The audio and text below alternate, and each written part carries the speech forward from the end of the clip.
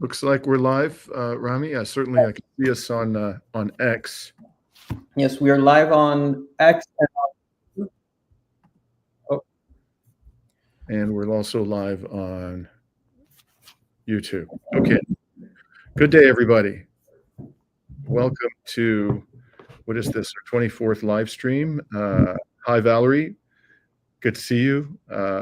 Remplense01. Hope I'm pronouncing that correctly. JW. Thanks for confirming we're live. Hi, Shelley. Today, not surprisingly, we're going to talk about the Trump administration's attack on Iranian nuclear facilities yesterday and the major developments since then. Hi, Nadim. Welcome to the discussion. So first of all, let me welcome back our comrade, Rami Yahia. He's not been with us for the last 2 or 3 live streams, which has been unfortunate because we always enjoy and benefit from his rich commentary, and also I could always use the help. And so welcome back, Rami. Unfortunately, I know you're returning under some sad circumstances, and you wanted to share some news with the audience. yes. So just wanted to give a massive warming message to my uncle Basil Yahia, who sadly passed away on Friday. A very strong and loud voice for Palestine. He was born in Basra, Iraq, in the diaspora, and then lived most of his life between Lebanon and Canada. And Basil has always been on the right side of history throughout all these conflicts in the Middle East, no matter how complex they were at first glance, right? He always stood in support of Palestine, of the Arab Republic in Syria, as well as in Iran. So it's a tragic loss for our family, but also for Palestine. So truly my biggest respect for Basil Yahya. He was also the twin of my dad. And throughout this live stream, we will have other guests as well. So I'll sometimes be on my phone coordinating. It's going to be the first time that we kind of do this, where people come and go during our live stream. We will have Zaid Yahya, a sociologist and political analyst that will be joining us later on. And then we have Sarbaz Rohula Rezvi, who is a media producer and manager from Tehran, who will be joining us as well during this live stream. This is obviously a quite an eventful live stream that we'll be doing today, considering the most recent U.S. attack on 3 nuclear facilities in Iran at 2:30 a.m. local time. There's quite a bit of fog of war at the moment. Not much visibility on the exact damages of what occurred. Grossi announced that there has been no leakage that has been documented outside of the nuclear facilities. So that raises questions on what kind of damage has been taking place. There has also been some speculation that most of the enriched nuclear uranium was moved away from the Fordo nuclear facility. But Dimitri, we have probably a lot more to talk about this. For now, people in the chat, please feel free to let us know where you're tuning in from. If you can press the like button and share with your friends, that would definitely help us get more visibility for our live stream, and maybe we'll be able to beat the Trump propaganda that he's been trying to spread on Twitter and through his press conferences, manufacturing consent for this reckless attack on Iranian sovereignty, and this drastic escalation that might trigger a much broader war in the Middle East. So, Dimitri, how do you want to get started on this? Well, first of all, may your uncle's memory be eternal. Thank you very much, Dimitri. Sounds like a person of great principle. I know it's a terrible loss for your family. And I think I speak on behalf of our audience when I offer condolences to your entire family. So in terms of what happened last night, the Trump administration committed at least 2 grave violations of international law, amongst the very gravest of violations, by attacking these 3 nuclear facilities in Iran. Typically, and embarrassingly, for those of us from the West, the world learned of these crimes not from an official statement of the US government, but rather from a social media posting by the Donald. Could you please pull up image number 1, Rami? This is the post in question. Donald proclaimed his forces had conducted a very successful attack on the Fordo, Natanz, and Esfahan nuclear facilities. All planes are now outside of Iran airspace. A full payload of bombs was dropped on the primary site. I understand that it's 6 30,000-pound bunker buster bombs were employed. All planes are safely on their way home. Congratulations to our great American warriors. Yes, bombing people from the sky, nuclear facilities, makes you a great warrior. In the Donald's view, there is not another military in the world that could have done this. Well, first of all, we'll be looking more closely at what was actually done. Secondly, I think that that's a highly debatable proposition, even if they were successful. I would imagine that the Russian and Chinese militaries and perhaps others are capable of such a thing. But the real question is, what did they actually accomplish? Now is the time for peace, proclaims the Donald. This is, of course, standard Western imperialism. We violate your sovereignty, commit grave crimes against you and your people, and then they call for peace. In other words, you're required to surrender your right to defend yourself, and we have the right to engage in any act of aggression we choose with impunity. That's essentially what is encapsulated in that statement. Now is the time for peace. And then bizarrely, as Donald is wont to do nowadays, he finishes this momentous revelation with, "Thank you for your attention to this matter." Truly a bizarre human being. In any case, why do I say that they committed at least 2 grave violations of international law? And before I tell you why, I'm seeing more and more commentary when I talk about international law to the effect that why even bother? Why even bother talking about international law? Because the governments that are the most powerful in the world, and most notably the United States government, couldn't care less about international law, which is a fair point. The reason why I talk about it is because a lot of people do actually care about international law. Ordinary citizens, they do want their governments to comply with the rules, the norms governing international behavior. And I do think that it influences public opinion when it can be demonstrated that an act of violence committed by a state actor was either legal or illegal. And in fact, the Trump administration and Israel do go to some lengths to try to persuade the world, and particularly their own citizens, that their actions are legal, because they know it has an impact on public opinion. So even though we know that these governments, these regimes, the Trump regime and the Netanyahu regime, have zero regard for international law, I still think it's important to have these discussions. So what is the first crime I say they committed? First, the U.S. bombing of Iran's nuclear facilities constitutes the crime of aggression. The crime of aggression was defined in 1974 in the UN General Assembly Resolution 3314. And here is the relevant part of that resolution. You could pull that up, Rami. So this is Article 3B of the resolution you're looking at there. You had it there. Okay. And it says, it might be too small for you to read. Article 3 begins, any of the following acts, regardless of a declaration of war, shall, subject to in accordance with the provisions of Article 2, qualify as an act of aggression.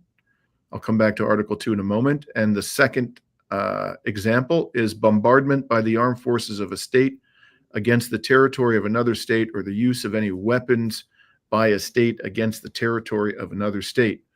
Now, Article 2, which is referenced in Article 3, says the first use of armed force by a state in contravention of the Charter shall constitute prima facie evidence of an act of aggression, although the Security Council may, in conformity with the Charter, conclude that a determination that an act of aggression has been committed would not be justified in light of other relevant circumstances. So this doesn't apply because the Security Council has made no such determination. And even if the United States tried a stunt like that to get the UN Security Council to bless what it did, I have no doubt that the Chinese and the Russians, based on what they had, their harsh condemnation of this, would veto it. So this is unquestionably an act of aggression by the United States against the state of Iran. And it's important to note that the International Military Tribunal, which was established by the victorious Allies in the aftermath of World War II, oftentimes referred to as the Nuremburg Tribunal, described the crime of aggression as the, quote, supreme international crime because it contains within itself the accumulated evil of the whole, suggesting that it's even more criminal and dangerous and culpable than crimes against humanity such as genocide and apartheid. That may seem counterintuitive, but when you think about the suffering that was caused by the repeated acts of aggression committed by the Axis states in World War II, they killed far more people than were killed in the genocide that was carried out during World War II. I mean, the number was probably in the hundreds of millions, frankly, when you add up all the victims across the world. So I think that assessment by the Nuremberg Tribunal was quite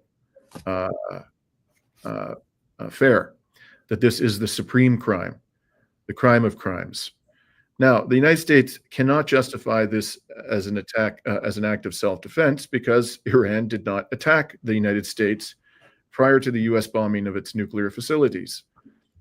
Nor is there any proof that Iran was planning to launch an unprovoked attack on the United States. All that Iran did was prepare, I think quite reasonably, to respond to an attack from the U.S. if it in fact carried out such an attack, because Trump repeatedly threatened to attack Iran from the time he's returned to the White House in January of this year. So there was nothing illegal, unlawful, or provocative on the part of Iran preparing to attack in the case it was attacked, and in stating very clearly that it would respond militarily if it was attacked. That doesn't justify anything that the Trump administration did. Now, even if the U.S. had a justification for attacking Iran, and it had zero justification in international law, the attacks on Iran's nuclear facilities would still be a grave crime in international law. Armed attacks on nuclear facilities are prohibited under international law, and particularly by resolutions of the General Conference of the International Atomic Energy Agency. If you could pull up, please, item 3, Rami. This is resolution, there we go. This is resolution 444 of the General Conference of the International Atomic Energy Agency, and I'm highlighting clauses 2 and 3 of this resolution. The General Conference considers that any armed attack on and threat against nuclear facilities devoted to peaceful purposes constitutes a violation of the principles of the United Nations Charter, international law, and the statute of the agency. And the following paragraph 3 says that the conference urges once again all member states to make individually and through competent international organs further continuous efforts aimed at the prompt adoption of binding international rules prohibiting armed attacks against all nuclear installations devoted to peaceful purposes. I suspect that the Trump administration would argue, as would Israel, that these facilities were not devoted to peaceful purposes. The problem with that absurd argument is that the judgment of the International Atomic Energy Agency, right up until the current time, is Iran doesn't have a nuclear weapon. And the U.S. intelligence agencies themselves assessed in their 2025 threat assessment that Iran is not developing a nuclear weapon. So you can hardly say that these facilities were not devoted to peaceful purposes. They clearly were. So this too was a grave crime committed by the Trump administration yesterday. Now, what about the U.S. Constitution? Well, at least one Republican lawmaker, Thomas. Yes, go ahead, Rami. Before, Iran has called for a UN Security Council meeting that should be happening later today. On the Islamic Republic of Iran mission to United Nations in New York, they tweeted a post saying the permanent mission of the Islamic Republic of Iran to United Nations has submitted an urgent letter to the Security Council at midnight local time, vehemently condemning the United States' unlawful and reckless bombing of Iran's nuclear facilities. The United States and the bloodthirsty Zionist regime of Israel shall be held fully accountable for these flagrant violations of international law and must face the grave consequences thereof. Now, the United States has a veto power as a permanent member of the UN Security Council. What form of justice could Iran ever hope to achieve at the UN Security Council, and how would they be able to make them be accountable for this violation of Iran's sovereignty? Yeah, well, we know the answer to that question. There will be a veto if any resolution is tendered, and they might not even tender a resolution condemning these attacks as criminal as they are, because they'll know in advance that there's no hope. We'll see what happens there, but I still think there's utility in Iran doing this, and Iran has consistently done this, by the way, at every step of the war that has been waged against it. For example, when its consulate was destroyed, its embassy complex by Israel in April of last year, it goes to the UN Security Council. And I think the value to Iran in doing that is that the world sees, particularly the non-Western world, that they're trying to employ, they're making a good faith effort to employ the international legal architecture to address their legitimate grievances. And because the international legal architecture consistently fails to address them, Iran can say quite persuasively, we had no alternative but to resort to military force. So I commend the government of Iran for going to the UN Security Council, but admittedly, it would be a miracle, Rami. I think you would readily agree with this, if the UN Security Council would do a damn thing about this because of the, infamous veto power of the permanent members. And it also discredits the United Nations over the long run, and shows the lack of accountability for UN member states and especially UN Security Council members who do violate international law. But yeah. Now, as I had begun saying, at least one Republican lawmaker, Thomas Massie, and some prominent Democrats like Hakeem Jeffries, Ro Khanna, and AOC have complained bitterly about the violation of the U.S. Constitution. Interestingly, Chuck Schumer seems to be a big fan. I think he's the Senate minority leader for the Democrats. Man never saw a war he didn't love. But there are Democrats of the supposedly progressive wing of the Democratic Party saying that the Trump administration has violated Article 1 of the U.S. Constitution, which requires congressional approval of military action against a sovereign state. And they're undoubtedly correct about that. But I don't think they're going to do a damn thing about it, frankly. This is just hot air. And the reason why I say that is because the Democrats have violated Article 1 of the U.S. Constitution as well. They've consistently done it. I mean, you could make a case that the Biden administration over the last several years has been waging war on the Russian Federation through a proxy. I can't imagine that the framers of the Constitution intended that you could get away with the shenanigans that Biden got away with without getting the consent of Congress. So this is, I think, just more kabuki theater from the so-called progressive wing of the Democratic Party.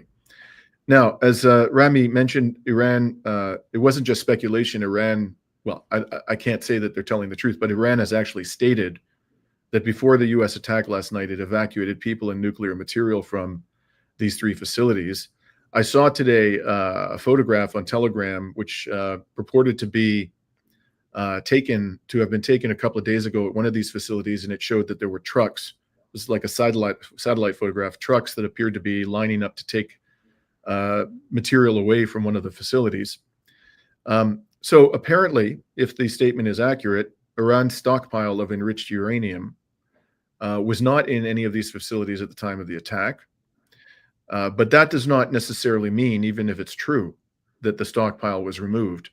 It does not necessarily mean that there was no radioactive material in the facilities at all in the time of the attack. They might have simply taken away the enriched uranium, but there was other radioactive material that they were not able to remove on short notice. Iran also stated immediately following the attack that, quote, it will not allow the path of development of this national industry, referring to nuclear energy, which is the result of the blood of nuclear martyrs to be stopped, close quote. So there's no indication that they're going to do as the US and Israel have illegitimately demanded, which is that they give up their nuclear energy program altogether. And in fact, they're basically saying we have paid in blood and treasure to exercise our right to have a peaceful nuclear energy program. And there's no way in hell that we're going to betray the memory of the people who have died and also waste all of the national resources that we've invested in this industry just because these criminal psychopaths are attacking our country, which is not a surprising reaction. And by the way, there are increasing noises coming out now, and I believe that there has been legislation tendered in the Iranian parliament to the effect of Iran's withdrawal from the Nuclear Non-Proliferation Treaty. I think this is an inevitable consequence if, in fact, that happens, that Iran would give up its undertaking not to develop nuclear weapons, because the US and Israel are showing beyond a shadow of a doubt that the only thing that could possibly deter their aggression is a nuke. Certainly that appears to be the lesson from the experience of North Korea. And I doubt that it's only Iran that is drawing this conclusion. There are probably quite a few states in the world that are coming to the conclusion that these lunatics can only be restrained by the threat of a nuclear retaliation. So now what do we know about the efficacy of the US attacks? Well, although Trump declared that these attacks were a huge success and even claimed on social media that the underground nuclear facility of Fordo is gone, that's the word he used, there's good reason to doubt that the US attacks in fact destroyed any of those facilities. They certainly did damage, but destroyed them? That's highly debatable based upon what we know. Let's look at image 4, Rami, first of all. This is an Iranian MP from the region of Qom. I think that's where the Fordo facility is situated. Based on accurate information, I can say that contrary to the claims of the lying US president, the Fordo nuclear facility was not seriously damaged, and most of the damage was only on the ground, which can be restored easily. Now, of course, the Iranian government could be lying, or they could be, misleading. So I can't, at the end of the day, verify that what he's saying is true. However, there have been some satellite images which have emerged. And if you could pull up the next image, Rami, it's actually an article which shows a number of satellite images. Yeah. I don't know if it's possible for you to enlarge that. It's a bit difficult to do so. Okay, that's unfortunate. Well, I'm going to pull it up on my own screen just so I can see it clearly as I'm talking to you about this. So these are 6 satellite images of Fordo, where the nuclear facility is buried deep underground. And they do show, if you scroll down, they do show that buildings have been severely damaged at the surface. But that is not the goal. Those facilities can easily be reconstructed. The meaty and important part of the facility was deep underground. So the question is, did they penetrate, despite all of the experts, who were expressing doubts, like Theodore Postel, by the way, the MIT expert. He's done a number of interviews recently in which he discussed the immense challenges of penetrating at that deeply into the nuclear facility and causing it to be destroyed. And he's just one expert who's expressed doubt about this. But, damage at the surface does not prove that the mission was accomplished. Now, there are other satellite photos in this article. Unfortunately, you can't see them, which show holes in the ground, 6 holes in the ground at Fordo. The other sites apparently were attacked with Tomahawk missiles. If they can't destroy these sites with 6 30,000-pound bunker buster bombs, very unlikely that they're going to destroy them with the underground facilities with a couple of dozen Tomahawk missiles. But anyways, this last photograph in this article shows 6 holes in the ground at Fordo. Now, 3 of the holes are close together, and then they're separated by some distance from the other 3 holes, which are close together. What I can say about this, and I believe this came from an interview I saw of Theodore Postal, for this to be successful, to have any realistic chance of success, the second bunker buster needs to go into the hole, essentially the same hole, because what happens is the first bunker buster achieves a certain level of penetration, and the second bunker buster then profits from that and penetrates further, and the third one penetrates yet more, and eventually you penetrate into the facility underground. So, Dimitri, so Zaid, who will be joining this call later on, was mentioning that the nuclear facility is 80 meters deep, and these bunker busters could only hit 60 meters. So there's like a 20-meter gap that is quite difficult to reach, and especially that it's surrounded by mountains. Right. And Theodore Postal was also, one of the things he highlighted was a study by Chinese experts, which showed that if the roof of the underground facility is angled, then even if the bunker buster penetrates deeply enough, depending on the angle at which it strikes the reinforced concrete or whatever it is that they put at the roof of the facility, it might just end up deflecting and not penetrating, but actually deflecting and then going off to the side. And Postal's operating assumption is that the Iranians were smart enough to structure the roof of the facility in that way, so that if any bunker buster did manage to penetrate that deeply, it would just deflect off of the roof rather than penetrate the roof. So at the end of the day, we don't know. We don't know what happened, but just judging from these images, there's no evidence, hard evidence, that they succeeded. They might have succeeded, but that's by no means clear. And I really doubt, frankly, that they're going to be able to know. I'm quite astonished that anybody would take seriously what Donald Trump is saying, because how could he know without having experts on the ground, or accessing a variety of different intelligence sources over a period of time and processing all of that intelligence, which would take days, weeks, maybe even months?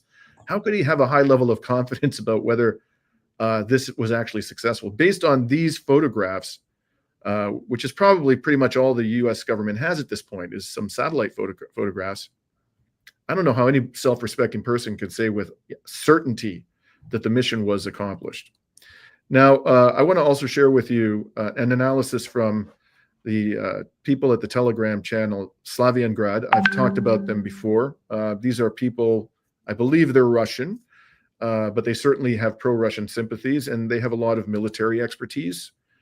So if you show image 6, Rami, we can share with our audience what Slaviangrad's experts have had to say. And you'll see there, now I confess I don't understand much of this terminology, but this is their reaction. If Ordo was gone, you'd see craters, electromagnetic rupture, emergency airlifts, seismographs lighting up, and IR flares beneath the mountain. Instead, we got a tweet from an account run out of northern Israel yelling, "Fordo is gone." As of now, there is no SAR confirmation, no crater clustering, no multispectral flash analysis, no underground fire signature, no BDA loop. If Fordo still spins tomorrow, Washington just pulled off the most expensive influence op in bunker busting history, only to watch Tehran climb the escalation ladder unscathed. For what it's worth, that's their assessment. So let's move on. Militarily, and I think this is the most important question of all, because even if they destroy these facilities, Iran can rebuild them, and very likely will, unless the United States government achieves some kind of regime change and installs a puppet. Now, how has Iran responded militarily thus far? Well, I just want to bring you up to date to what happened immediately prior to these attacks. Hours before the U.S. attack, Iran launched its 19th wave of True Promise 3. So that would have been yesterday, I believe during the day. And in a statement, the Iranian military described the 19th wave as, quote, a vast swarm of attack and suicide drones aimed at strategic targets across the regime, from the north to the south of the occupied lands. close quote. And it said that this swarm would confuse Israel's air defenses and disrupt their balance. So we'd like to show you just a video of the aftermath of one of these drone attacks. This was in Haifa.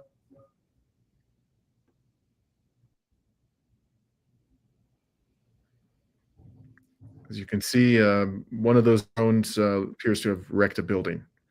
Now, the Israeli media claim that this is the first successful drone attack since Israel launched its war on Iran. Personally, I find that difficult to believe, but this is the first video I've seen of a building destroyed or severely damaged by an Iranian drone. So it could be true, but the fact that the drones are now getting through may suggest that, as many of us believe, Israel's air defenses have been significantly degraded. So that was what happened immediately prior to Trump's criminal attacks on Iran last night. In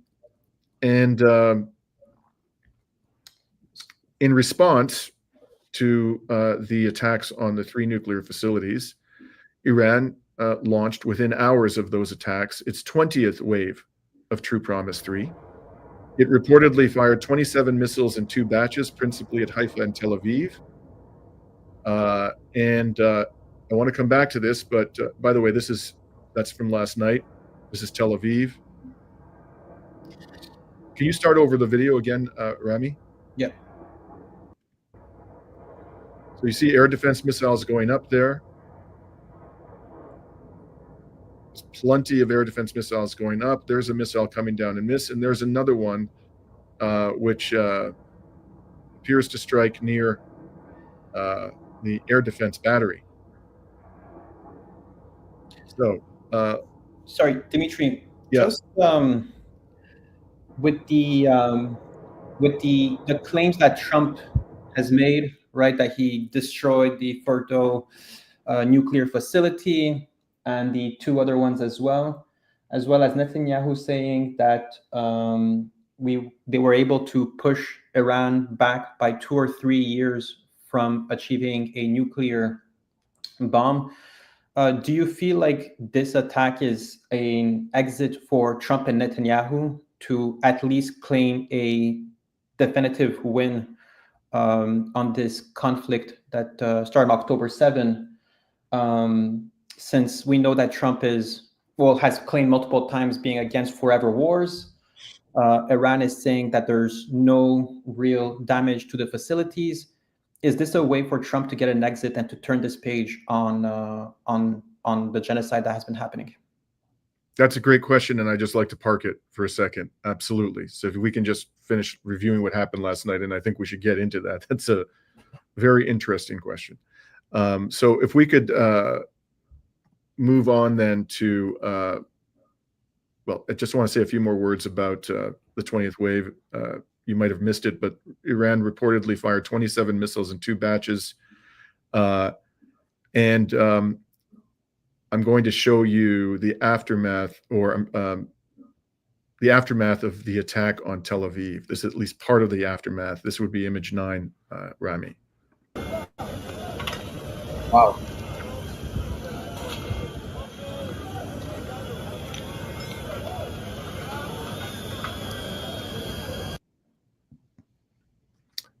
And we also have some footage of the aftermath of the attack on Haifa.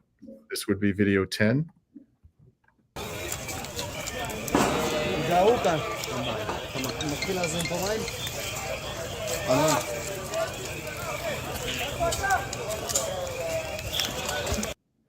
And keep in mind that the mayor of Haifa has been urging for Netanyahu to come to a ceasefire with Iran. I mean, when you see the damage that they've been taking in Haifa, you could clearly understand why. Yeah. And has been also calling for expedition of compensation for the damage of property. Right. Well, I'm not surprised. Now, interestingly, Israeli media reported that a missile struck Haifa without air raid sirens sounding. There was no warning. The Iranian military stated that the 20th wave, the wave they launched in retaliation, targeted Ben Gurion Airport, Israel's Biological Research Center, and, quote, support bases and command and control centers at various levels of the enemy, close quote. This morning, Slaviangrad published a report by someone named Fotros, I don't know who that is, that, quote, the Institute for Biological Research south of Rishon LeZion was completely destroyed.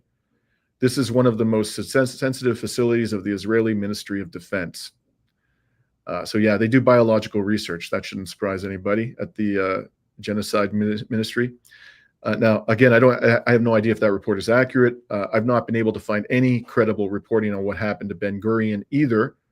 But based on what we've seen from Iran's missile attacks thus far, I would be very surprised if Ben Gurion did not suffer significant damage last night. And for all we know, it has suffered catastrophic damage. Israeli media report that 86 people were wounded in the 20th wave of True Promise 3. As of this morning, Israel's strikes on Iran have killed a total of 865 people and wounded 3,396. Now, I've been unable to find a complete tally, or at least the official total of dead and wounded on the Israeli side. But the last report I saw about that, and if anybody knows what the numbers are in the chat, please feel free to share them. But about 4 or 5 days ago, the Israeli media reported that 24 Israelis had been killed. I think it's safe to say that whatever the number may be, it's almost certainly a much smaller number of dead and wounded than Iran has sustained, because that has consistently been the experience in just about every damn war that Israel has started and waged. The dead and wounded on the other side, particularly the civilian death toll, is always vastly higher than the civilian death toll in Israel. So you can see this in Gaza, of course. We saw this in Lebanon. We've seen it in Yemen. I don't even know if the Yemenis have managed to kill anybody in Israel with their various missile attacks, but the Israelis have killed many Israeli civilians in their attacks on Yemen. Now, as was mentioned by somebody in the chat, the Iranians report that they used a new missile in this 20th wave, one they've not used before. It's called the Khyber missile. Could we show item 12, please, Rami? Now, again, unfortunately, this is not going to be readable for all of you, so let me read it out. This article lists the main characteristics of the Khyber missile. It's an Iranian liquid-fueled medium-range ballistic missile developed by its state-owned defense company. It was first test-fired in January 2017 and publicly displayed that year at a military parade. Some defense experts note that this missile, also known is derived from North Korea's Hwasong-10 intermediate-range ballistic missile, which in turn is a modified version of a Soviet missile. However, there are distinct differences, according to this article, between Iran's missile and the North Korean weapon. The Iranian version, measuring 13 meters in length, is larger than the North Korean version. I think this is the largest missile that Iran has in its arsenal. Also, according to the article, unlike the North Korean cousin, the Iranian version does not have grid fins. I don't know what that means. Its guidance equipment is housed in a separate compartment above the tanks. This missile can reach Mach 16 outside the atmosphere and Mach 8 during re-entry, making it a hypersonic threat. According to Iranian officials, the missile has a range of 2,000 kilometers, capable of carrying multiple warheads of up to 1,800 kilometers. That's a big warhead. However, some analysts note that the range may be much higher, reaching 2,500 kilometers. This missile is capable of striking 80 targets upon reaching the target area. The warhead detaches at the last stage of flight and hits its targets with pinpoint accuracy at a high speed, hindering enemy air defense systems from detecting, tracking, or effectively engaging this missile to intercept it. Now, I would imagine that this would pose an immense challenge to the layered air defenses that Israel and its Western backers have established in any circumstances. But after they've been degraded to the degree that they have been degraded, so much of the air defense missiles of Israel have been expended. Undoubtedly, they've lost some air defense batteries. very difficult to imagine that they would be able to intercept this missile. So the real question is going to be, how many do the Iranians have? Because this is indeed a formidable weapon, and I think we've seen a few minutes ago the the destructive power of these particular missiles. And Dimitri, we should also wonder what targets would they want to hit with such a ballistic missile? Yeah. Apparently, there's no shortage of them in Israel. The Iranians keep coming up with new ones every day, like the biological research facility of the Israeli military. Now, I'd like to just show you, because now let's deal with that critical question that we're getting to that critical question that Rami raised. And I think as important context is, what is the Iranian Republican Guard stating? Could you please get image 13 up on the screen, Rami? Yeah.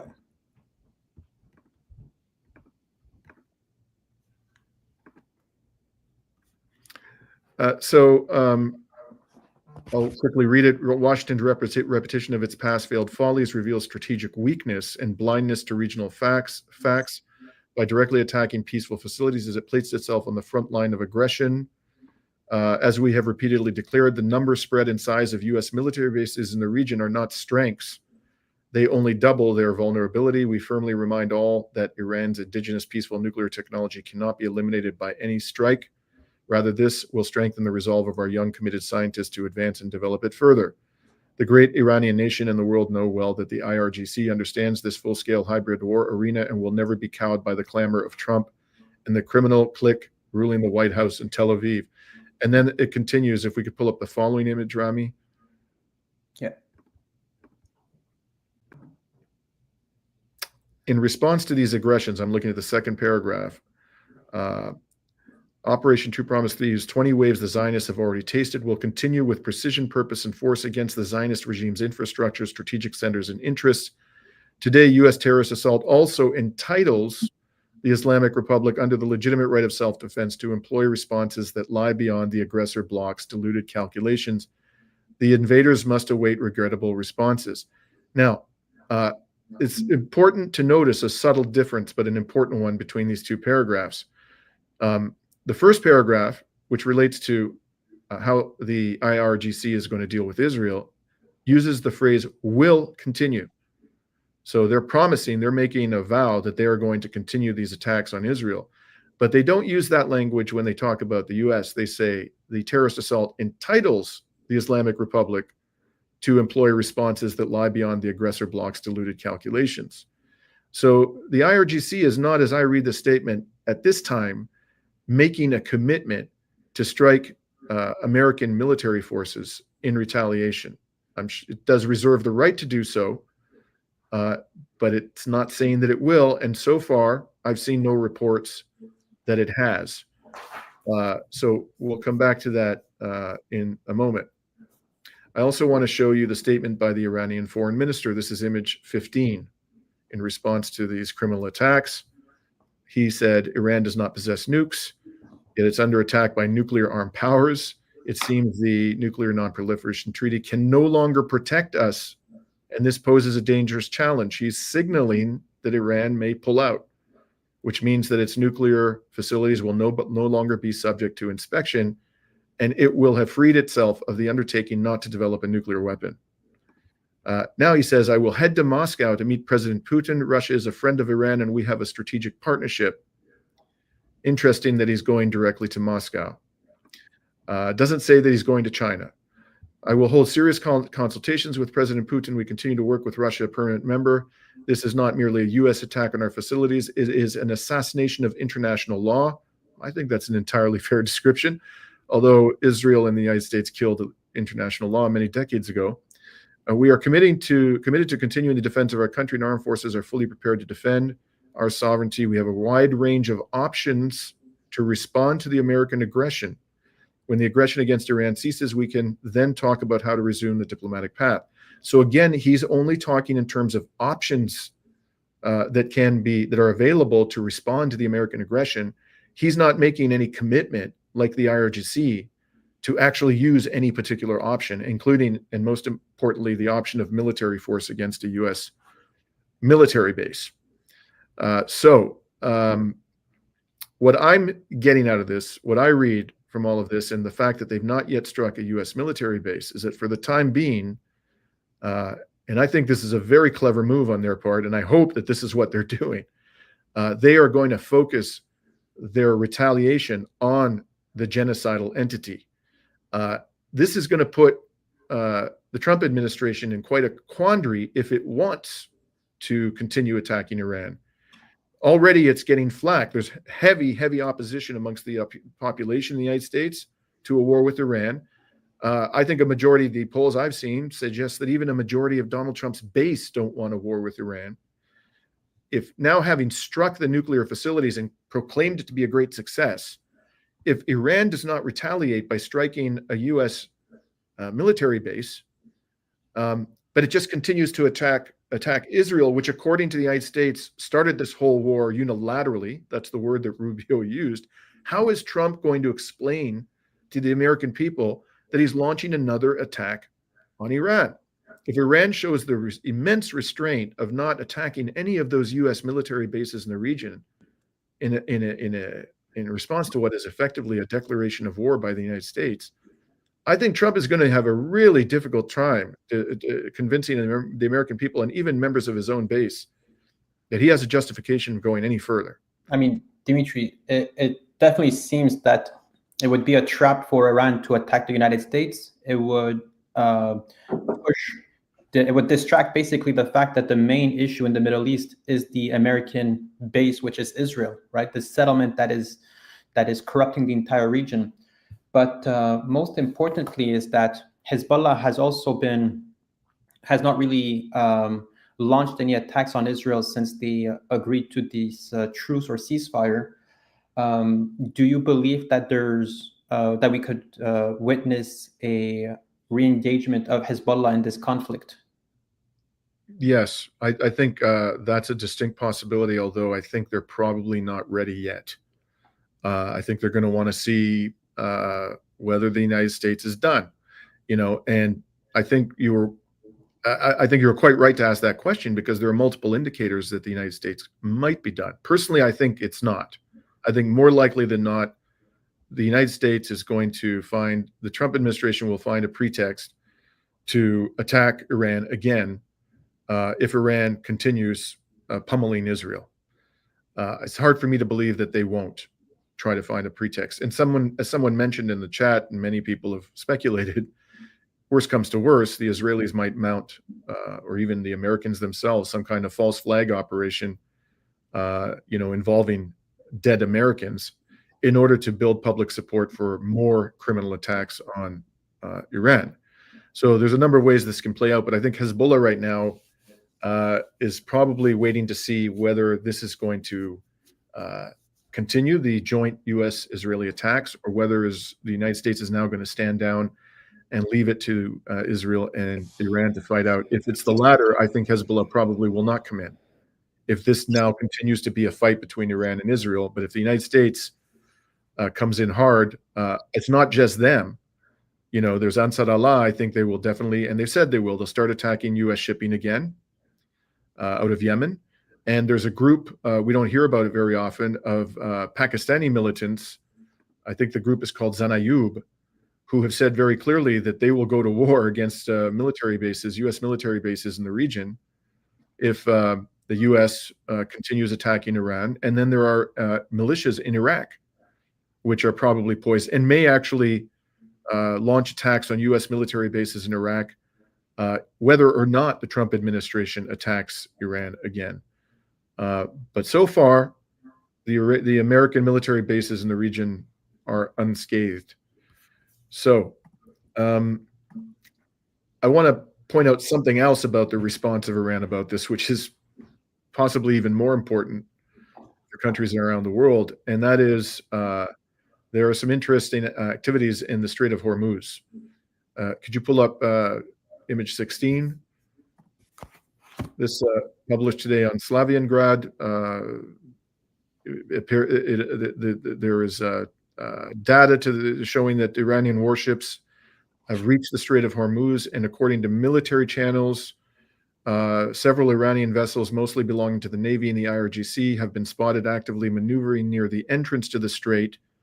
They are moving along major shipping routes, creating tension in one of the most important hubs of the global oil trade. Technically, they don't even need to use ships, the Iranians. They could just, put mines into the water. And personally, I believe that if they simply threatened to sink any vessel that passes through that narrow strait, which they could easily do, any oil tanker, at that stage, I would be very surprised if any of the insurers of these vessels would be willing to offer insurance. The mere threat that they're going to take out these oil tankers would probably put an end to the insurability of these tankers and effectively result in a blockade of the Strait of Hormuz. There are estimates that the price of oil, if that were to happen, could rise way above $100 and even above $200 per barrel. So that would be quite a devastating blow to the global economy. Let us hope it doesn't come to that. In addition, the Iranian parliament, if you could pull up item 17, Rami. The Iranian parliament, according to Slaviangrad, has voted to block the Strait of Hormuz, a key route for oil experts. The final decision on the issue is to be made by the National Security Council. So it seems like this is not binding, the vote of the Iranian parliament. But this is clearly a warning shot across the bow, figuratively and literally, of the shipping industry, the global shipping industry that operates in this oil-rich region. And here's some information about the possible impacts. Experts warn that blocking the strait could cut global oil supplies by 20%, causing prices to jump to $250 per barrel. The Iraqi Foreign Ministry, not Iranian, the Iraqi Foreign Ministry reported that the closure of Hormuz will lead to the loss of up to 5 million barrels of oil per day from the region and could cause prices to rise to $200 to $300 per barrel. Earlier, JP Morgan analysts also predicted that the blockade of the strait in the context of a large-scale conflict could raise the price of oil to at least $130. Now, one option available to Iran is not to close the Strait of Hormuz indefinitely, but to give people a taste of what's coming, potentially, by temporarily blocking, whether by means of threats or by means of military activity, the passage of tankers through the narrow strait. So let's suppose, for example, that they effectively implemented a blockade for 3 days. Well, the damage would not be permanent, would not be devastating, but it would probably cause enough angst to force at least some people in the West to reflect upon whether they want to continue down this path. So it'll be interesting to see if they try something temporary to block on a short-term basis the tanker traffic in the strait. Finally, I want to show you two images which I think are going to be important to bear in mind. Item 18, Rami. Sorry, Dimitri, just quickly, because one of our guests will have to leave shortly. Can we bring in Zaid right now? And then I'm going to be done in 1 minute. Okay, sounds good. So would be, you said 19? Yes. Oh, no, the prior one, sorry. Well, why don't you just stay there? Okay, that's fine. So this is a topographical map of Iran.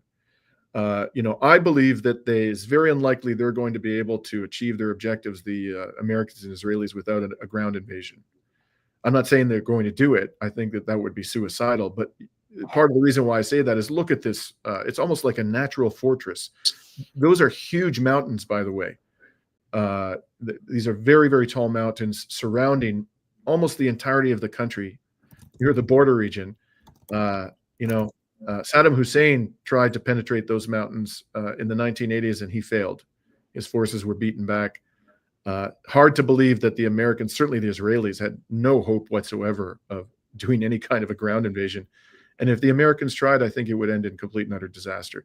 And finally, the last image, the one that has the U.S. military bases, there it is.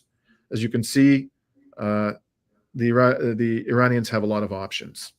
So Iran is there colored in pink. All of those military bases are easily within striking distance of Iran's ballistic missiles. So with that, why don't we bring in our guest, Rami? Yes, absolutely. So without further ado, we have Zaid Yahia from Montreal, Canada, who is a sociologist and political analyst of Palestinian descent, and also happens to be my cousin. Zaid, what are your initial reactions to the American attack on the 3 nuclear facilities in Iran? Yeah, good afternoon. Thanks for having me on. I think the first thing, there's a lot of propaganda happening, and the first thing is just to confirm the extent of the damage. And I saw you guys took an attempt to do so. And of course, we're seeing some holes, and we're seeing the potential of, I guess, trying to have a hole in one by sending more bunker busting bombs down there. But that's the first thing. And I think what we've learned about this U.S. administration is that they say everything and the opposite. Sometimes it's said by the same person, like Trump, which is basically known for incoherent rambling. And sometimes it's said by Marco Rubio. So now there's this kind of, we've bombed you now, perhaps you should come back to the negotiating table, which I don't think Iran is seriously considering right now, nor should they consider. And I think it was really important to strike back at Israel immediately after that. And I think a problem that Iran has been struggling with as of October 7 is to really establish the correct balance between establishing deterrence and also managing the escalation ladder. So those two opposing forces. And so that's what they're doing right now. And I recall an article by Charmaine Narwani from The Cradle a couple of months ago about the logic of boiling a frog. So a frog basically would not know until, it's about to die in that boiling water to jump out of that water. And I think Iran is slowly turning up the pressure with, as you gentlemen said before, using new weapons, testing Israel's capacity to handle these rockets and these missiles. And so I think that's what's going to continue to happen for now. So there's an entire masquerade going on in the political game. I see Euronews has said, I wondered, I just thought to myself, has one form of deterrence that Iran has established is the fact that, according to Euronews, those B-2 bombers and I guess whatever launched the Tomahawk missiles at the other sites, not Fordo, they came off of naval platforms. So they came off of likely aircraft carriers, which are probably, when you look at all the assets on an aircraft carrier, about worth $20 billion US dollars. Those can be easily sunk. When I listen to analysts like Andrei Martyanov, they seem to be old technology that don't conform or correspond to modern forms of warfare. So they can be sunk, essentially. Now, that would be a drastic thing and a massive psychological blow to the population of the US, which would probably force them to take drastic action. But there's a lot of vulnerabilities right now. And I think the path is going to be to continue to strike at Israel. And where does the US go from here? Like, what's the next step? And so, do they go back? We're having new, like they bomb them. They bombed a nuclear site, or allegedly bombed a nuclear site, and then, you have still people like Van Jones on CNN today. I saw that he was saying that we ought to bomb Iran because they chant death to America and they're brutal with women and so on and so forth. So, you're throwing everything at the wall and see if it sticks. But I recall Walter Lippmann, the great liberal bourgeois propagandist in the 1920s. He was all for propaganda to control the masses to achieve the consent that the elites and the bourgeoisie wanted. But the danger was that they were going to buy their own bullshit, so that the government, the elites, would actually believe the propaganda themselves. And there's examples in Italy after World War I, and that he cites. So he said that was the danger as a proponent of liberal propaganda. And so I think that's a major concern. You're seeing apparently Larry Johnson the other day with Alistair Crook, very informative. That is Larry Johnson said that his contacts in the U.S. military actually believe that Iran's air defense systems are totally finished off, and so that they don't have any capacity to manage, the air. So Israel would have achieved air superiority. So all these things playing out, I'm not sure what the American plan is. I'm not sure what the American end game is. I think there's a form of, what I was going to say about the naval platforms is none of the Gulf countries actually volunteered to allow America to fly out of their like Al Udeid Air Base, these massive investments, and they're coming in from Guam, and they're not flying from Guam, although I understand the B-2 bomber could reach Iran from Guam. They're coming off of U.S. naval platforms. What's the sustainability of that? How long can they stay there? And of course, they're the potential targets. So that's my analysis for now. And also, how much capacity does Israel have to keep on taking hits? Zaid, I have a question for you. I'd be very interested in you. Thank you for your wonderful analysis. And by the way, because we were rushing, I didn't mention that a number of predominantly Muslim states, including Saudi Arabia, have condemned this. In fact, of the major ones, the one that was least harsh was, interestingly, Turkey. But the others have been quite clear in condemning it.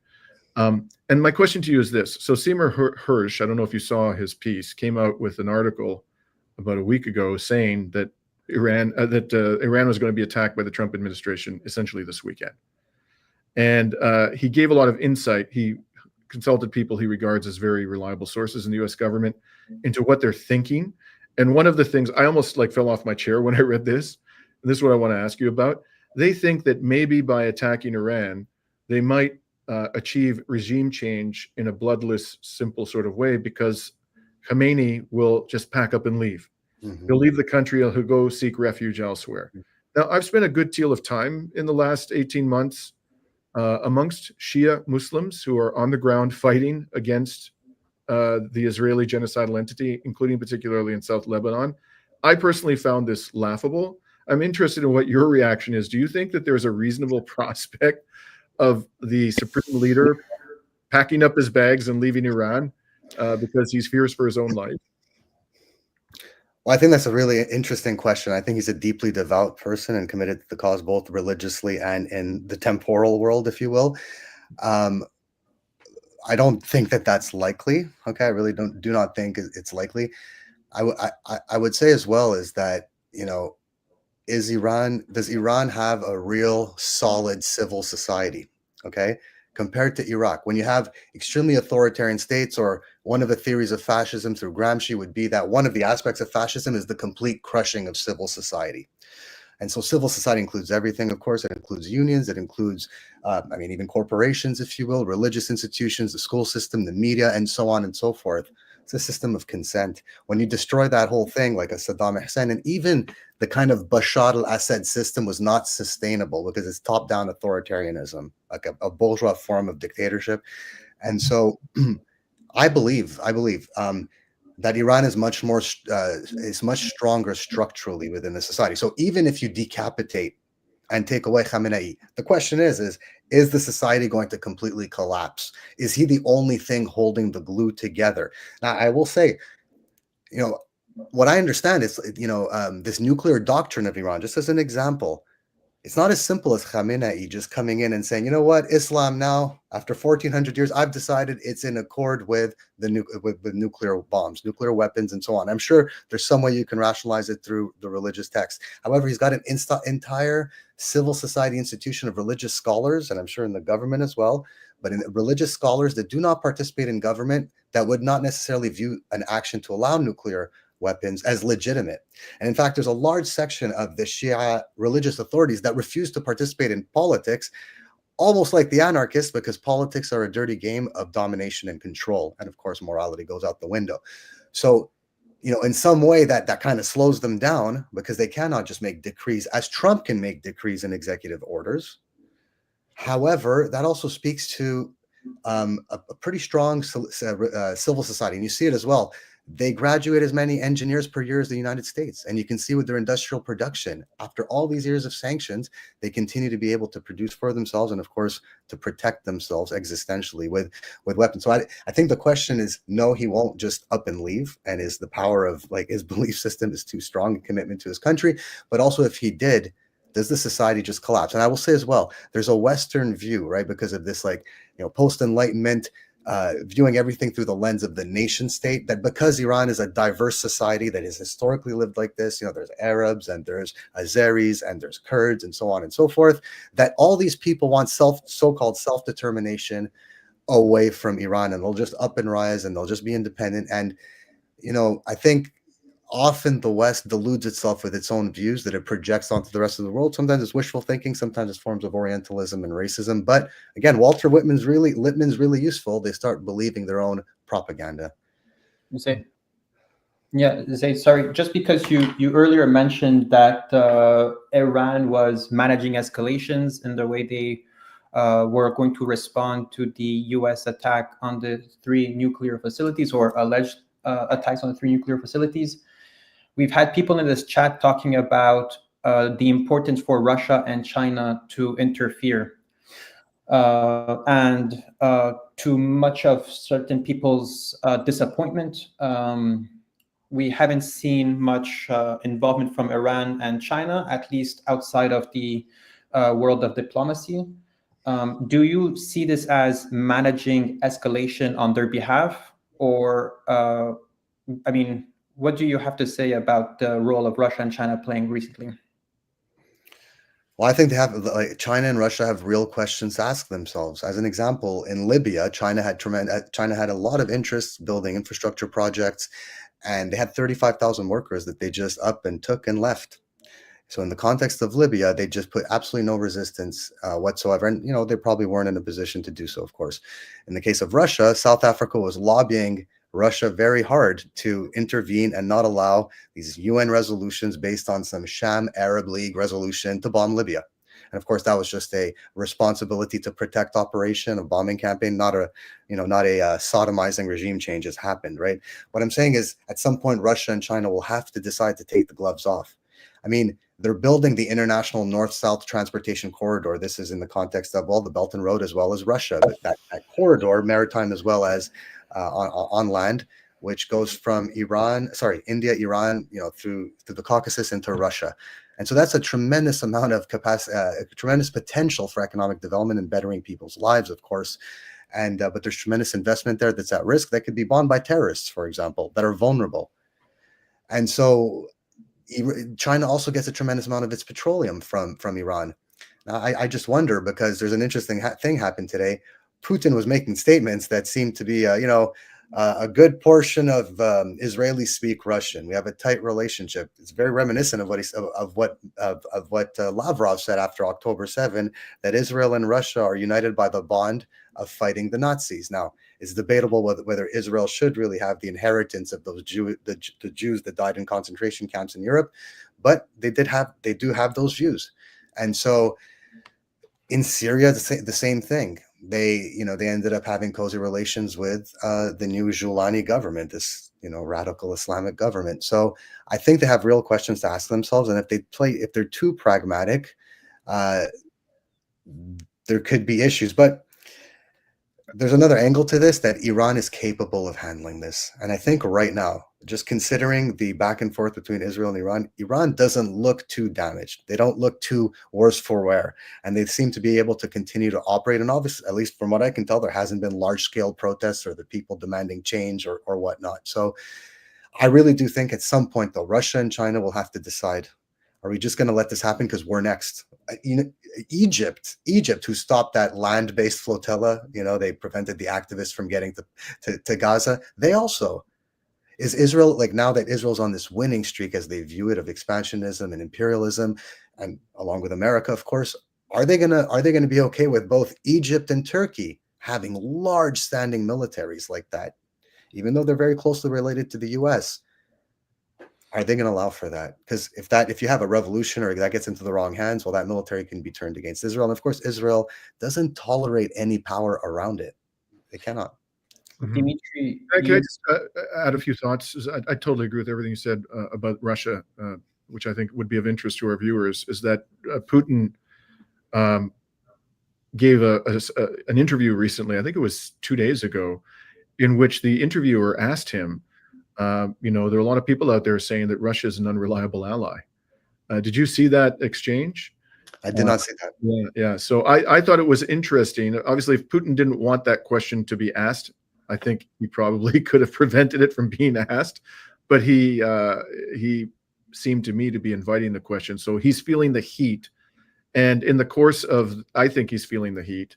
In the course of, answering that question, he said pointedly that the Iranians hadn't asked Russia for help. He just said help. I think it seemed to be focused primarily on air defense systems, but I understood his comment to be more broadly related to any form of military assistance. What do you make of that? I mean, let's suppose that's true, that Iran hasn't asked for help. Why do you think it hasn't asked for help? And if it were to ask for help, what do you think the Russian Federation would do? I mean, those are really good questions, and I think if it's true they didn't ask for help, they must feel confidence in their existing aerial defense systems, you know. And I think they've kind of proven, but they're still getting hit. So I assume that they could benefit from having some S-300 platforms to launch at those. So I don't know what all this means. I mean, they've been signing strategic agreements, strategic partnerships, even with regards to defense and alliances of that type, and but then to make these types of statements is very confusing. On the other hand, Medvedev, you know, who's really strong with his statements, you know, almost maximalist. I mean, a couple of months ago, he's talking about Poland will no longer exist. It'll go back to its 19th century history. And so he's been saying that, hey, a number of countries are willing to give Iran nuclear weapons. And so he's been saying things that are more hopeful as it relates to arming Iran, if you will. So I'm not sure what to make of this right now, but I find Russia's track record has been less than optimal. And in fact, we know the stories about Putin and Russia wanting to join NATO, not having taken so much time to realize that after the Soviet Union was liquidated, the plan was to continue to keep Russia poor. I mean, this is a 19th century plan. It's a 19th century plan to make sure that Germany and Russia do not link up in terms of industrial production and resources. You have the Great Game. You have all this Rudyard Kipling stuff. Afghanistan is a casualty of Britain constantly being hostile towards Russia in the 19th century, of course, the Russian Empire at the time. So I'm really unsure what the game is. I mean, even sometimes it speaks to weakness, because how much trust has Putin put into Erdogan? Over and over, Erdogan, who I do not view as a particularly astute politician, he's taken advantage of the Russians over and over. Sorry, Zaid, someone in the comments had mentioned that there were some Russian scientists inside the nuclear facility, specifically, I believe, Fordo. Mm-hmm. And there's also, we've seen through flight trackers, lots of movement between China and Tehran. So maybe we will uncover more information in terms of what kind of collaboration was happening there. But Dimitri, earlier you've mentioned that there's been some heavy condemnation from Arab and Muslim states, but one of them that was particularly quiet was Syria. Syria. So Syria has, I don't believe there has been any reaction from Syria related to conflict or during the attacks between Iran and so-called Israel. Zaid, what kind of, I mean, I come to no surprise, of course, but Zaid, how do you feel the collapse of Syria has influenced the current dynamics between Israel and Iran? Well, I think Syria is not, it's kind of up for grabs. And I think, again, it's part of the, it's another dimension of Israeli and American confidence. And I think right now what's sad in Syria is the massacres and the human toll that's taking place because of these radical Islamists. Mm-hmm. And so, but I think the worry right now is that Israel is going to extend into Damascus, right? And I think that's what's happening. But I think it just speaks to their overconfidence. Can they continue to hold and control South Lebanon and southeastern, Quneitra, southeastern Syria, as well as parts of Damascus, and bomb Iran and bomb Gaza? Can they continue to do all this? I'm a bit amazed. So I think it just contributes to their sense of overconfidence. But I don't know that, other than being able to fly over Syria, I don't know that they're getting how much benefit are they getting from the existing Gilani regime? There was within the Golan Heights, there was a part that Syria still had controlled under the rule of Bashar al-Assad, which Israel called the eyes of Israel. And it was specifically where drones were flying by to target northern Palestine. So I'm wondering whether the Israeli air defense capabilities have been enhanced specifically in northern Palestine. And whether there was some interceptions happening over Syria. Yeah. I personally believe that this is all radically unsustainable. I don't have access to information about the weapon stocks of the United States, but man, given the degradation of the industrial base of the United States, it's hard to believe that they have a lot of weapons left in the kitty, or that they're able to replace them quickly. And we've seen that they've failed miserably in that regard in the Ukraine war. So I think they're probably getting close to scraping the bottom of the barrel at this stage, but we'll see. Maybe they have better stocks than we thought. What do you make of? I mean, both of you. Is it Washington Post and Wall Street Journal over the past couple of days before the strike for Iran, so maybe preparing us psychologically for the strike on Iran, was talking about the need potentially to intervene because Israel's going to run out of air defense system missiles within a week or 12 days. So if those stories are true, I mean, what does that mean? Does that mean the Americans have to come in? Is there going to be a ceasefire, or maybe they just weren't true stories? It was just a way to get the consent to bomb Iran. Well, I think if Israel is, that could have been a planted story to increase public support for saving Israel's ass. But there are indications on the ground that in fact their air defenses are becoming less and less effective. And frankly, if the Americans do have supplementary air defense missiles to provide, they'll provide them. I mean, if Israel's running out, then that means America's running out. There's no way America is going to withhold air defense missiles that Israel needs to protect its population. I just can't believe the U.S. government would do that. I think the stakes are way too high. Way too high for the United States, and that they would never allow Israel to threaten its existence. So I definitely see the Americans interfering, and that's why we've been seeing Netanyahu pushing Trump to do these attacks over these nuclear facilities. And I mean, we've known from the beginning of October 7th, I used to be quite disappointed in Iran for not joining in so early. But now we're realizing that if this continues as a war of attrition, it comes to the advantage of the resistance, of the militias, of the non-state actors. And that comes back to these questions I was asking you, Zaid, earlier about managing escalation, right? And if this escalates too quickly, then and if Israel's existence is threatened in a very obvious way rather than a protracted way, then it would force the West to interfere. Also, I believe there were some reports from Keir Starmer saying that he would join the United States in an attack on Iran. So we know that NATO and Western allies are ready to come to the defense of a genocidal state.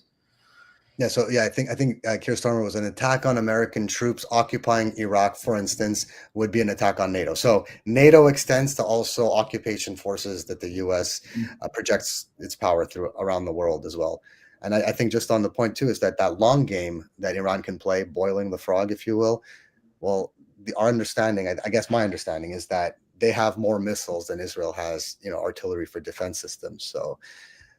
That's how they can outlast them. And it's going to just, as you mentioned before I came on, like right now they're striking Israel back. That puts pressure on America to, if public opinion matters, at least in terms of the elites, to now wage a war, not because Americans got hit, but because Israelis are getting hit over and over and over. And I think also the Iranians have to realize that if you go to the negotiating table, like this thing is perpetual. They're always going to find another reason to bomb you.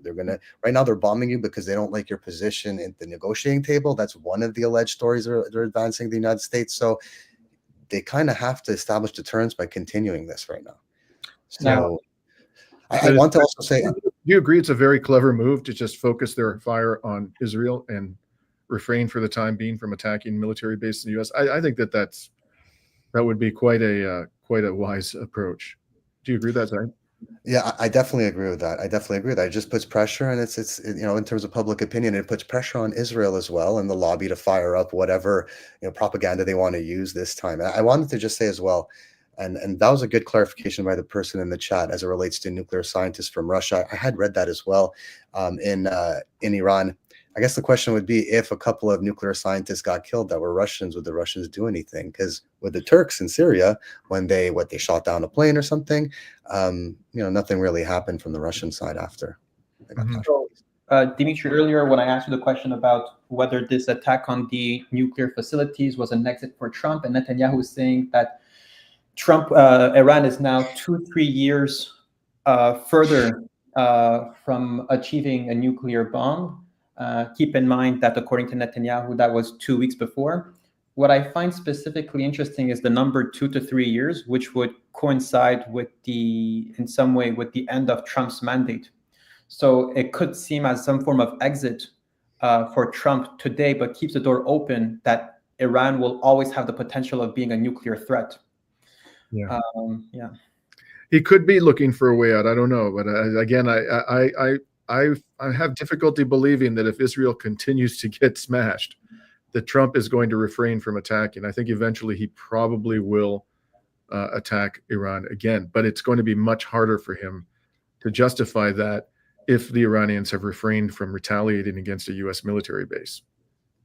On that question, I mean, I just wrote down a note. Who was the audience for that attack? I mean, did if we consider that the attack didn't really achieve strategic military objectives, who was the audience for that attack? Is it the kind of the Zionist right in the United States? Is it Israel? They'll always demand more because if it was insignificant, they'll just want more attacks. But who was the audience? Is it Iran? Partly as well, like, hey, we can hit you hard when we want to. So who's the real audience? Who's the first audience? Yeah, well, part of it is certainly MAGA, but it's I think there are several audiences he's trying to satisfy Trump in his own insane, crazy, criminally reckless manner. So, how are you doing on time, and would you be interested in staying for our Q&A? Myself? Yes. Yeah, I could probably have another 10 minutes or so. Okay, Dimitri, should we open the door for Q&A? Sure. Is our other guest, has he arrived or no? Oh, yes, I forgot to mention our other guest in Tehran. Keep in mind, this is the first time we juggle around with multiple guests. Sadly, we were a bit tight on time, and he had to notify me that he had other commitments at the time I intended to have. Yeah, so let's why don't we take some questions while we have the benefit of Zaid's presence. Yeah. So there's a couple of questions that I started saving during the chat, but folks, feel free to type in your questions. Try to make sure they're obvious. If you could write in caps, put a lot of question marks, that would definitely help. So the first question that I had was,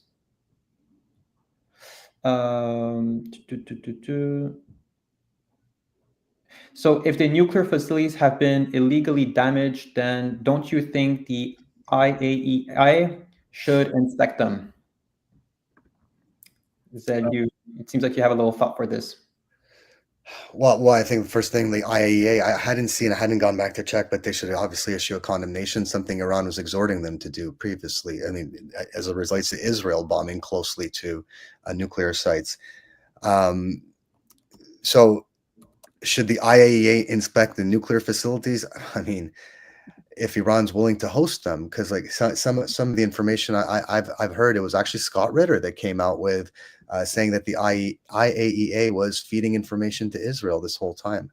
I mean, Grossi seems to be very closely connected to Israel, at least from what I understand from Scott Ritter, but also his statements in public are not very objective. And the problem with this is that the IAEA kind of achieves legitimacy through its connection to the United Nations.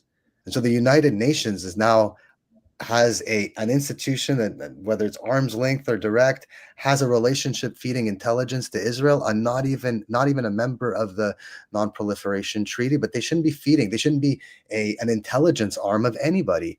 So the IAEA has real questions, and Iran has real questions to answer as it relates to how much they're going to allow them in. And of course, I understand that Iran doesn't want to just face all the might of the United States head on, because that would give some kind of justification. But I mean, he ends up being an intelligence operative. I mean, I should say the IAEA. And the IAEA report was published, I think, 1 day before Israel started targeting the bombing Iran. So could I just add that I'm just reading his statement from today. It's typical Grossi. Quote, in view of the increasingly serious situation in terms of nuclear safety and security, the Board of Governors will meet in an extraordinary session tomorrow, which I will address. We will continue to monitor and assess the situation in Iran and provide further updates. And then he says, I have repeatedly stated that nuclear facilities should never be attacked. That's it. There's not a hint of condemnation in there. And what I find interesting, Zaid and Rami, is that the Russian Federation's government has been also very, very pointed in criticizing the IAEA. Not surprising after, they did basically nothing while Ukrainian forces were shelling the Zaporozhye nuclear power plant. I don't recall that they issued any kind of a condemnation of that. So this is an organization that is indispensable to nuclear security, but that has really suffered a loss of credibility, thanks in large part to Grossi, in my view. There was a post by Ramplants over here who was saying the IAEA lied about Syria. What makes you believe they will not lie about Iran, Israel? Yeah, that's definitely. Was that the IAEA or was that the Chemical Weapons Authority? Right, yeah. Exactly. The OPCW. Correct. Yeah. Right. So yeah, I mean, they're different institutions. They could have different leaders, but maybe it amounts to the same thing in the end, to Western dominance. Absolutely. Absolutely. That's what this is all about. It's these institutions are being co-opted by Western governments. Yeah. And if I can say one thing, right? I mean, there's all this talk about the ICJ, right? And that they are not fulfilling their mandate. Of course, they don't have a police force. But what Israel and America are doing they're actually making liberal institutions that were built by the West radical. They're making them radical. In other words, Karl Marx's conception of morality is what corresponds to the system of production, the social mode of production. You live in a capitalist society, morality corresponds. Competition is fine. Maybe a little imperialism works for you, and so on, right? So if we consider in that lens, our social mode of production is a kind of capitalist, imperialist kind of world order, if you want to just be simple about it. Well, that makes the ICJ radical within that moral order. And so we should criticize the ICJ, but we should not throw the baby out with the bathwater. And so what's happening is we got a reactionary movement moving us to the right, making liberal institutions radical. So, and of course the IAEA is now problematic much more, but we shouldn't, as you said, Dimitri, the IAEA is crucial in managing nuclear warfare for the world, for the betterment of humanity. So yeah, we got to reform them. We got to change them. I have a question here from Abdullah Mater. My Arabic reading is not the best, but isn't this a diversion from fallout of Gaza? Keep in mind that there has been, I believe, on average, 120 murders in Gaza by the genocidal entity during the Israeli attacks on Iran. How do you kind of balance Iran's involvement in Gaza while Israel is taking advantage of this time to take even harder measures? There's been footage of Israel murdering Palestinians seeking aid. It seems like there's a new, So any thoughts on this? Well, I'll say that, first of all, Iran, if our friend is suggesting that maybe Iran should have refrained from attacking so that all the focus would remain on Gaza, I don't think Iran really had a choice. I think they were boxed into a corner where they had to do this, or else they basically were going to get destroyed. Their sovereignty would be eviscerated, and eventually the country would be turned into a failed state, frankly.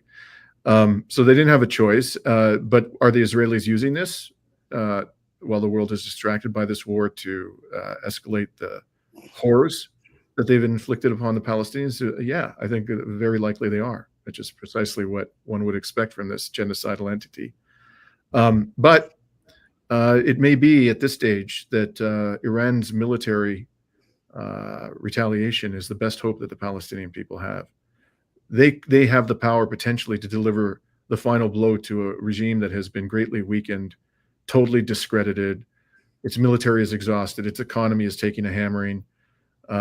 And it may well require, massive Iranian military intervention to bring an end to the genocide, because our government certainly ain't going to stop it.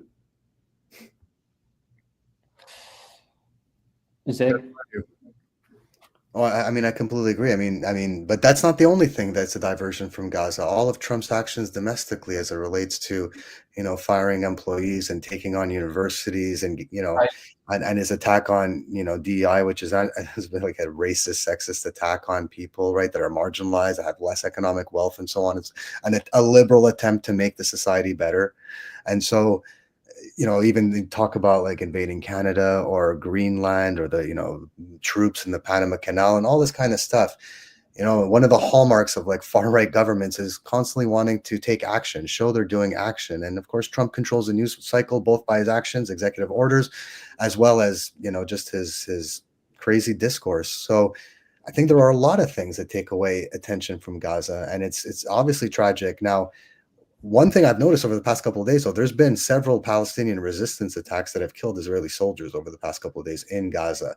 So I don't know if that means anything. I don't know. Like it just, they're still struggling at some point in Gaza. They're not living scot-free. I've seen there was a video posted today by the resistance targeting both mortar shells as well as rockets onto tanks. So, but the situation is obviously extremely dire. There's a question from Sophia saying, will Iran have to do a symbolic strike on U.S. interests? And on a different angle, I would say that Israel itself is a U.S. Let's say military in the region. So I believe that any strike from Iran on Israel, which was either through True Promise 1, True Promise 2, and the current, which I describe as major achievements that Iran was able to get for the Palestinian cause over the last 2 weeks or so, I wouldn't even call it symbolic strikes, right? These are true damage to the genocidal entity.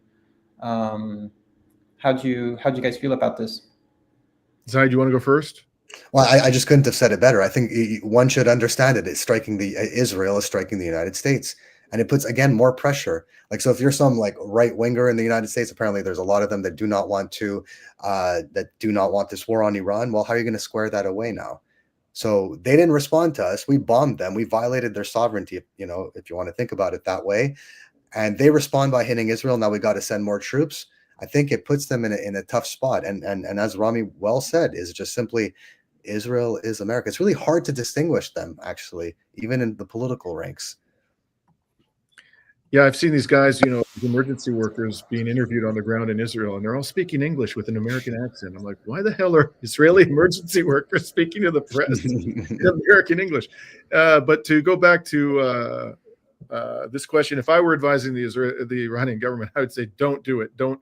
If you're going to attack a U.S. military base, make it real. Make it real. Impose some pain on the United States, but don't do a symbolic strike, because you're going to give them the pretext to continue attacking you, and you're not going to accomplish anything. I think that they really should just refrain for the time being from attacking any U.S. military targets, whether symbolically or in a really powerful way, and see what the Americans do next, and just keep pummeling Israel. So there's another question here from Excessive Force, who says, are Iran's missile productions affected at all? It's obviously much harder to comment on the future production capabilities of Iran, assuming factories or manufacturing facilities have been damaged. But what we're noticing is that the scale of the damage that Israel is enduring at the moment doesn't show much impact to Iran's capabilities. Iran did hit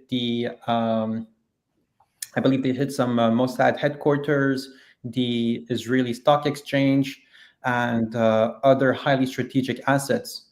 And there's also more missiles that I believe Dimitri had the chance to see during his tour in Iran that have not been used yet.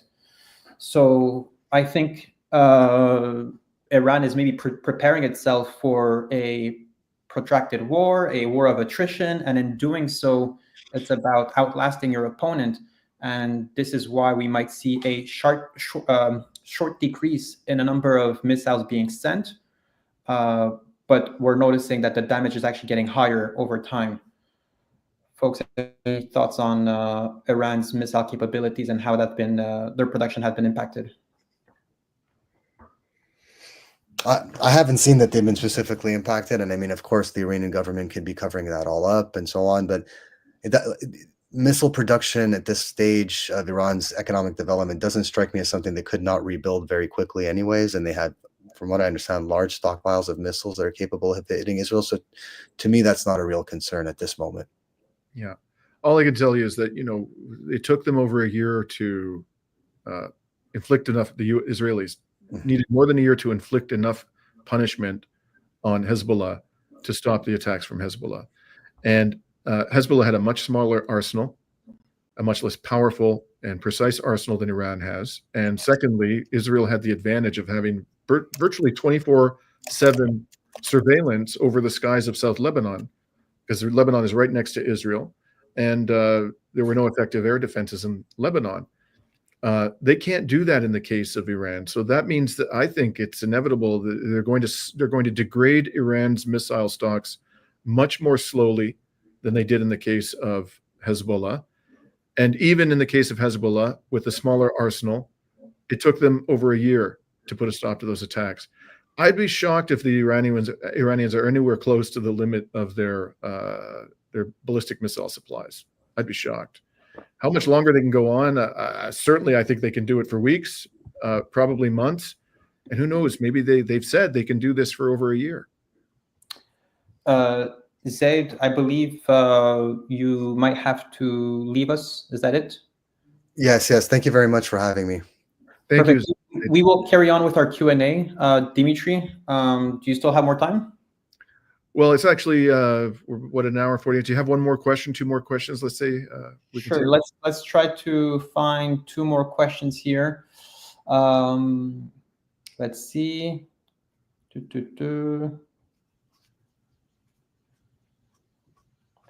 So this is from Avengers Strike. I think we brushed on this question a few times, but can Iran make pressure on Trump by continuously bombing Israel while make a slow response for U.S. attacks? How Iran can use U.S. people to create pressure on Trump? I think we should maybe focus on the last part of the question here. We are noticing on Twitter that the Republican base is split into two, the America first versus the Israel first. In some way, I do believe that America first could go hand in hand with Israel, right? But we're seeing people like Jake Shields and other famous Twitter accounts condemning Trump's involvement and bombing of Iran. Do you really think that there's any potential from the U.S. population to pressure Trump in readjusting their policy vis-a-vis Iran? Well, I'm not particularly hopeful. There were, as I pointed out before, I was born during the Vietnam War, and I'm old enough to remember how hard and admirably people around the United States fought to bring that war to an end. But I think a lot of the motivation for them doing that, it was a different time and place, certainly a different set of social mores were in effect then. So it's hard to compare where we are now to where we were then, but there is a critical difference between these two wars, and that is that in the Vietnam War, a lot of American soldiers were themselves losing their lives because they were obliged to serve. And I'm frankly skeptical that we're going to see that level of opposition in the streets of the United States to this war, unless and until, and I don't want this to happen, obviously, but unless and until American lives start being lost in significant numbers. Without that, where's the indication that there's going to be a massive protest movement, the kind of thing that could finally bring this to an end? The genocide and the crazy illegal wars that are being waged by the U.S. and Israel throughout West Asia. It's hard to see where that's going to come from. But again, I go back to what I've said a couple of times now. I think the best way for Iran to heighten opposition to this war in the United States is by putting all of the focus, not just militarily, but rhetorically, put all the focus on Israel. It's not dissimilar from what the Russians have done. The Russians, since Trump came to power, even though I think there's plenty of reason to believe that Trump is duplicitous and he'd like to see Russia defeated and he views Russia as a rival and so forth. The Russians have repeatedly focused their ire, both militarily and rhetorically, on Ukraine and the Europeans, and have been very, very kind and generous to Trump in their public commentary. So I'm not suggesting the Iranians should be complimenting Trump, but again, putting the focus on Israel militarily and rhetorically will make it harder and harder for Trump to justify this to the American people, and could ultimately, help to generate a very significant grassroots opposition to the war. Dimitri, what about one last question and then one last comment? Okay, we have Benjamin Schoendorf, who says, did Iran make a mistake by refusing a defense clause in the strategic cooperation agreement with Russia? Hi, Benjamin. Good to see you today. It's been a while since I think we crossed paths, but happy to have you on the show, or in the discussion today. I believe that account of what happened, if I'm not mistaken, Benjamin, is coming from the Russian government. I think that it was President Putin who said, or some senior official of the Russian government suggested that subject was on the table, a mutual defense clause as exists between North Korea and the Russian Federation now, and that the Iranians weren't interested. They might have a different perspective on this. I don't know what their version of it is, but I think, did they make a mistake? I mean, they made a mistake in the sense that they would be able to call upon the Russians now in a much more, they'd have a much stronger hand in terms of calling upon the Russians to assist them at this point in time. But I think that their thinking was, and I've heard others who know more about the history of Iran than I do, that Iran has had bad experiences with military alliances over a long period of time, and they're distrustful of them. And they felt ultimately that although there was a downside to not having a mutual defense clause with the Russian Federation, they preferred to retain maximum latitude in terms of their own freedom. Obviously, a mutual defense clause cuts both ways. Russia's at war. It's at war against the entirety of NATO. Did the Iranian government really want to execute a clause like that when the other side of their treaty or their strategic partnership relationship is in a war against NATO? So I can see that they would have had legitimate reasons for not wanting to enter into that kind of an arrangement at this time. So, Dimitri, just to end our stream, there's a question here from Casper, who says, if Iran is a good place in democracy, why don't you all move there, and explain why that Iranians that live in Iran don't want, that left Iran don't want to move back? Morons. Dimitri, less than a month ago, I believe you were in Iran. Do you have any words to tell our friend Casper here on how life is in Iran? And also, we don't necessarily have to enjoy a place, or we could definitely disagree with the political system in Iran. I don't necessarily do that too much, but regardless, it's not because we find it a good or a bad place that it means that we should bomb it and get ourselves in a endless war with countries that we disagree with. So that's just my initial response to this, is that if we just our first reflex is to attack any country that we disagree with, we just end up living in a world of chaos. Iran has never interfered with my life here in Canada. They have shown great compassion to the Palestinian people by coming to our defense, whether it is through supplying weapons or with political and diplomatic support, and also just moral support. The Palestinian people have been abandoned by all of our brothers, Arab brothers, in times of genocide. So I truly have very little to no criticism for Iran, and I have a lot more criticism for any country that is complicit in a genocide happening in Palestine. Iran is probably one of the only countries in the world that can proudly say that they're putting their entire weight in stopping a genocide. So if Iran is a good place, I think any place that stands against genocide is definitely a good place. I feel guilt and shame every day living in Canada, knowing that we're silent and complicit in this genocide going on. And so why don't we all move there? Anyways, Dimitri, this is a bit of a silly question here from Casper, but do you have any comments on this? Well, Jasper probably isn't a subscriber to Reason to Resist, because if he were a subscriber, he would know that 3 days ago I interviewed an Iranian Canadian who returned to Iran. So, he says Iranians that live in Iran don't want to move back. I think what he was referring to there, probably a typo, he was referring to Iranians who've left Iran not wanting to move back. Her name is Sarah Segui, and she is secular. She moved to Canada from Iran when she was 20. She lived in one of the most prosperous cities in Canada during her time in Canada, in Vancouver. She was very active there politically and socially. And she picked up in 2021 after spending many years in Canada, and she returned to Iran. And you should watch her interview, Jasper. I think you'll learn quite a bit. She explains in considerable detail why she made that decision. And one of the things she had to say was that Canada was not what she was led to believe it was. So if you think there's democracy in the West, Jasper, I've got some swampland in Florida to sell to you, brother, because that just ain't the case, particularly in the United States, where effectively, multi-billionaires now just buy elections. They outright buy elections, like Elon Musk did this time around. So, there's lots I can say, but I think Rami has covered most of the territory in this regard.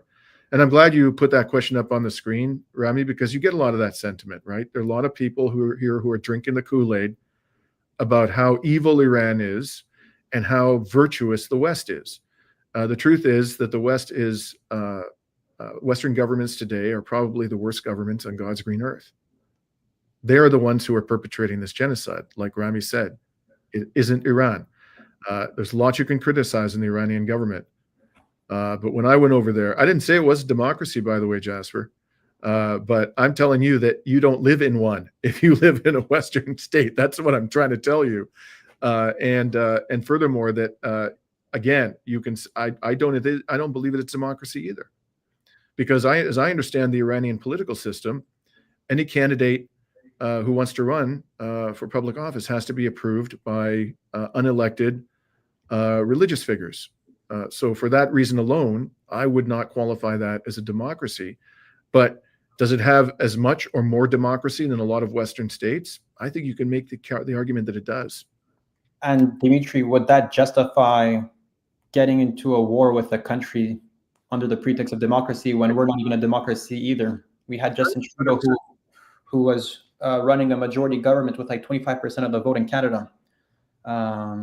So anyways, I think it's very clear, Dimitri, that we have a very staunch anti-war position. And it will take a lot of convincing for that to change, Dimitri, and I don't think that's ever going to be possible. So I think it's, I just use this as a last question, Dimitri, just to, I mean, I personally believe this might be like a little bot over here that is trying to stir shit. But this is a reality in the West where people are convincing themselves that war is good, that we should get ourselves into war with Iraq, with Iran, in Syria. We've normalized this concept of war, and we will never fall for this. And we will expose people like Casper, who come up with these ridiculous statements. So, so Dimitri, I think this was quite an interesting talk that we had. I want to thank our guest Zaid Yahia for bringing some interesting insights related to these recent developments that have been happening in Iran, and of course with the damage that Israel has been enduring. We will probably most likely do another live stream during this week, as things are evolving quite quickly, and we need to keep on top of all these developments.